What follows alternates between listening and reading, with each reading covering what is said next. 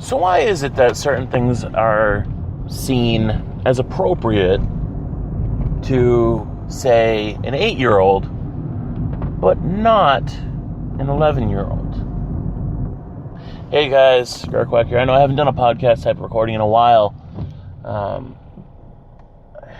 Things have just been a little hectic. Excuses. I know it's my fault. As my wife says, stop making excuses and just do it.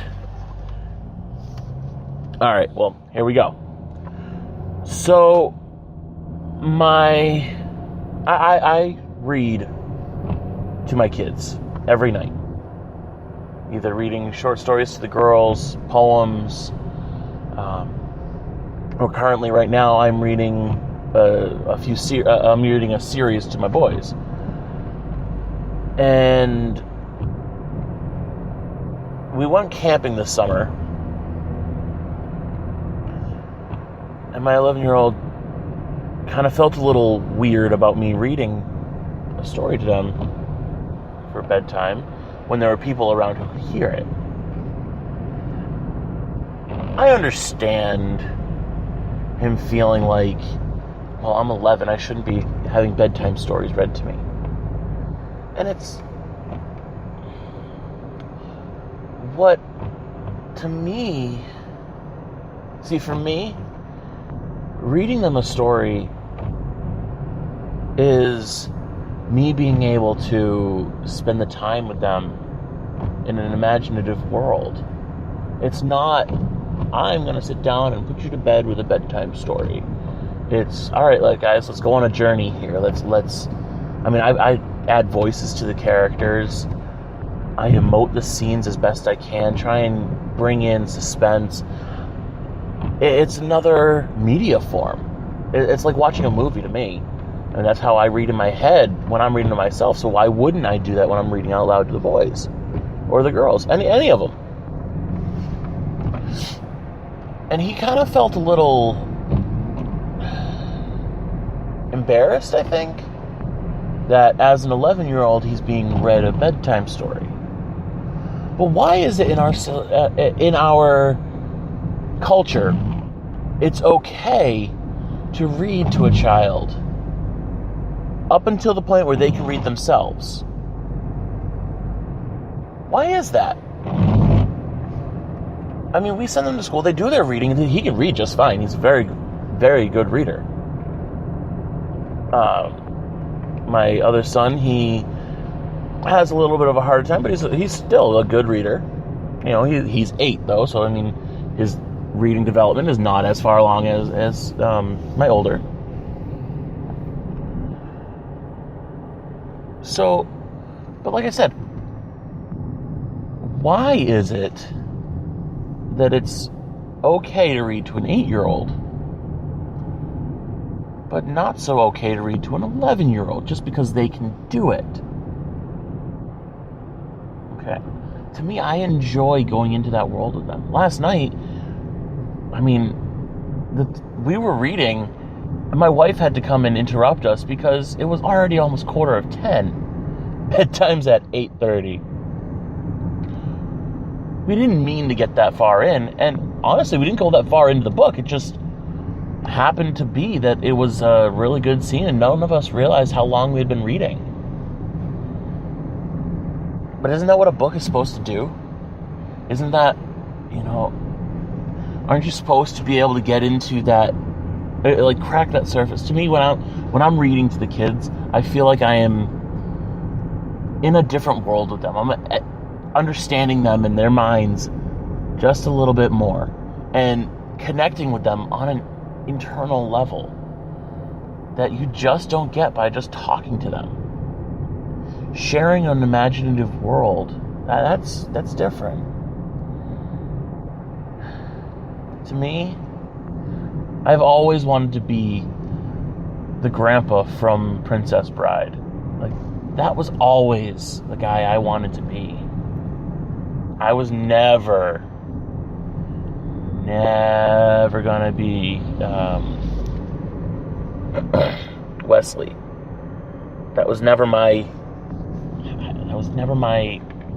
I never really connected with Wesley. My connections in that movie were always the grandfather, and I cannot remember Andre the Giant's character. But those two characters were the two that I really connected with.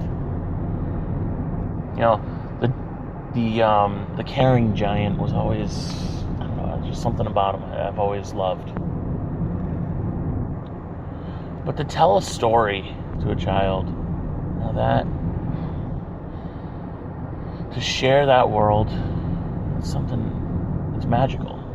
And to say that you can only do it to a child and do it with a child until they're, oh, that really sounded bad, that you could only read to a child until they're, say, 10. No. I'm sorry, guys, just because you don't have to. And honestly, you never have to read to a child. You always should, because reading is magic.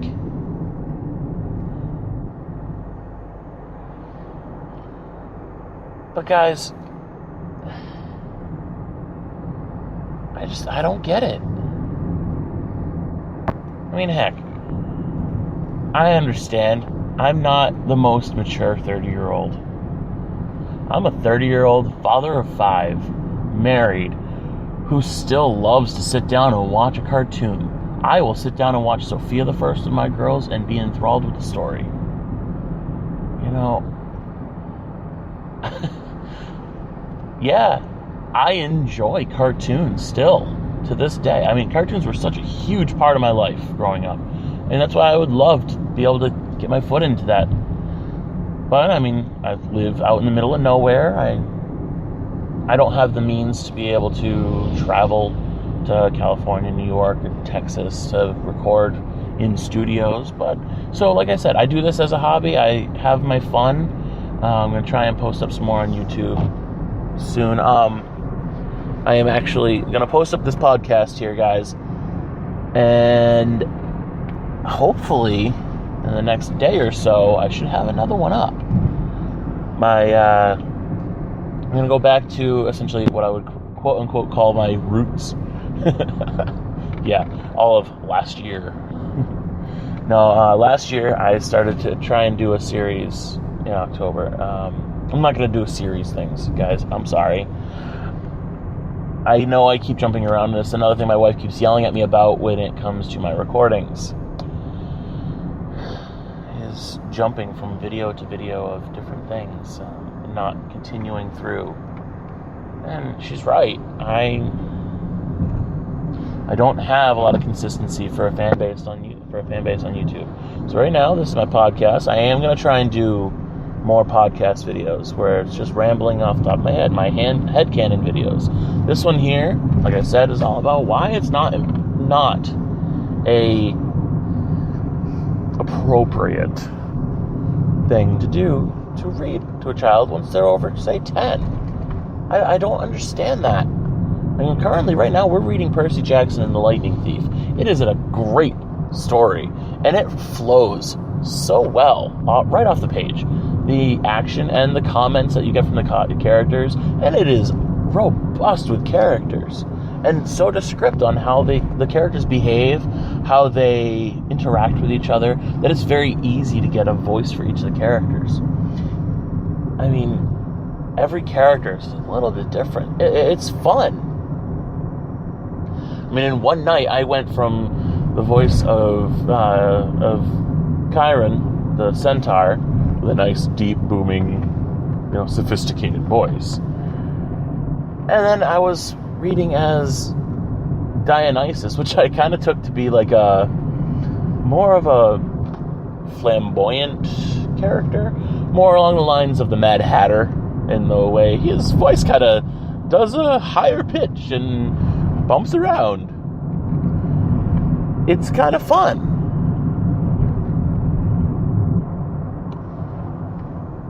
But, guys, I don't understand.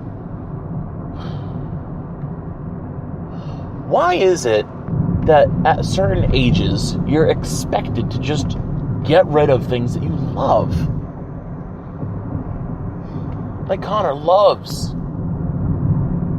Sorry, I should not have used his name. But my younger son loves his Transformers. He loves them. And guys, I have to thank every single voice actor who was involved in Generation 1. Rob Paulson, Maurice LaMarche,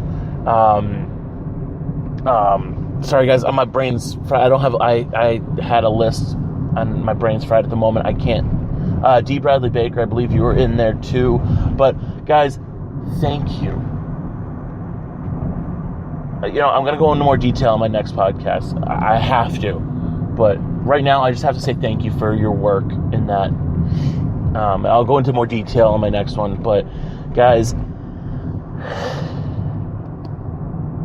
Transformers, really, there isn't anything more I can say about it.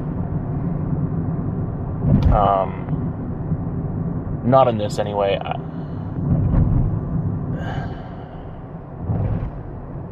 Alright, sorry. I'm kind of getting stuck in if I say more, I'm just gonna... Alright.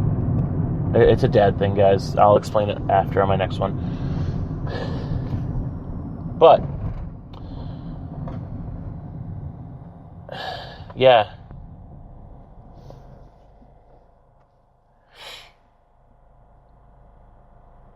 But why is it that you're supposed to get rid of things you love as you get older? Just because, what, society says you should? No. That's not right. I mean, my younger son, like I said, loves Transformers. He saw every episode of Generation 1 before he turned 4. And could tell you every single character in there. He also watched every episode of Beast Wars, every episode of the Robots in Disguise, and the Rescue Bots. He has just about every Rescue Bot toy that there was. Still, he's 8 years old. I mean, that's not far, but at about 8 years old, though, you would normally expect the child to be putting away those toys, moving on to older toys. Because, I mean, the Rescue Bot toys were made for, like, a preschool age. And moving on to the Generation 1 original Transformers, if you're going to do that. Like, going in reverse there. But, no.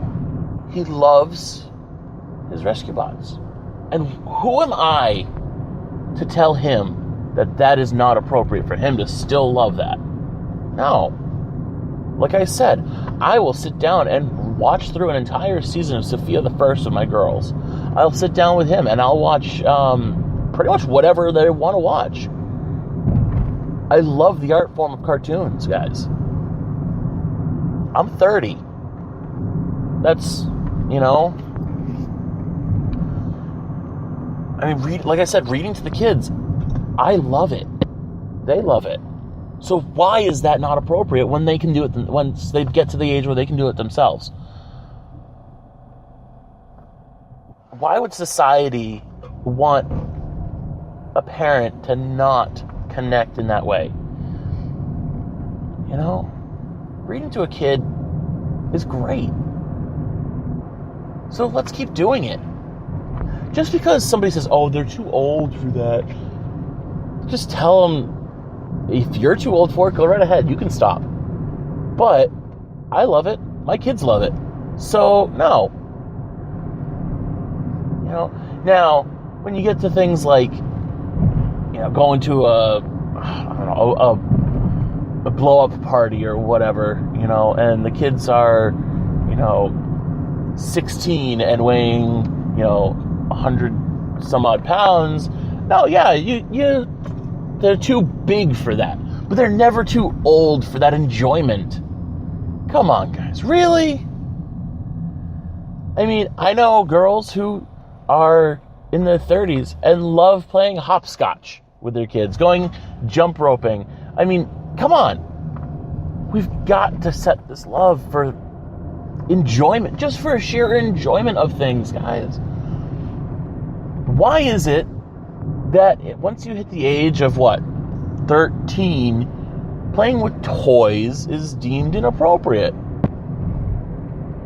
No. Imagination should never be seen as inappropriate. Come on. We all love it. To take a toy and bring it from a thing of enjoyment to a thing of collection just because you've graced over an age? No. It's like, I love my comics. Now, I know that's not something seen as in an inappropriate enjoyment for somebody my age. I understand that. But I can tell you right now, no, I don't collect them. I have them. I read them. I enjoy them. I know plenty of people my age who don't. They sit there and they end up just collecting dust. No, I'm sorry. A book of any kind should never be in pristine condition. A book that is old but looks perfect is a sad book. That is a book that has never been touched. That should never be. Just like any good Bible should be tattered, worn, written in. A regular book, the spine should be falling off because you read it so much.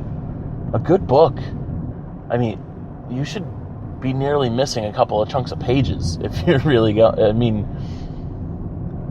I've got a couple of Shel Silverstein books that I've had to place the pages back in chunks because the spine snapped and ripped right through. I can't fix them. I have to buy new ones because, well, we read them so much. Come on. Enjoy things for the enjoyment of it, guys. Life is love. So live it out to the fullest. If there's something you love doing, don't ever let anybody tell you to stop. Unless somebody's getting hurt. That's a different story. But then you need mental health. Guys, doing things for the sheer enjoyment of it, that is life. You should be doing stuff that you enjoy to do making things, creating art, sharing things with people. That's life, guys. Come on. The moment you stop learning, the moment you stop striving for achievement is the day you die. So why would we then tell our kids playing pretend is not appropriate because you are too old for that? No. Are you kidding me? My kid's babysitter, she comes in and she plays more pretend than the girls do. That's amazing. That's awesome. When she's 16, playing with a 5-year-old and a 6-year-old and saying, playing more pretend than them. Not guiding their play, but playing with them. That's big, guys. That's something we got to remember to do. Is sometimes we just got to be kids. I don't care how old you are. There is something from your childhood that you still love. Be it cartoons, music, singing, playing pretend, running around, swinging on a swing. Just do it. Go play tag. But, like I said, society says you're too old for that. No, I say stand up. Let's go. Come on, guys. Let's do this. I'm never going to stop reading to my kids.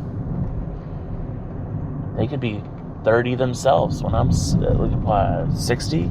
Well, I won't be 60, but let's say my son is going off to college.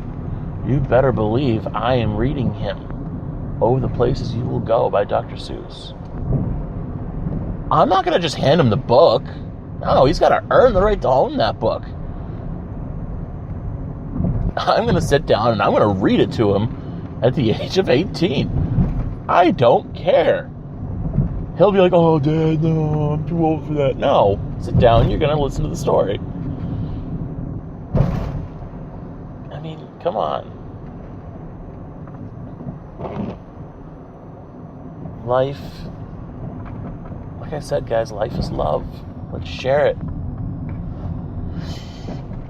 Alright, guys, thank you for listening to my rant, if you did.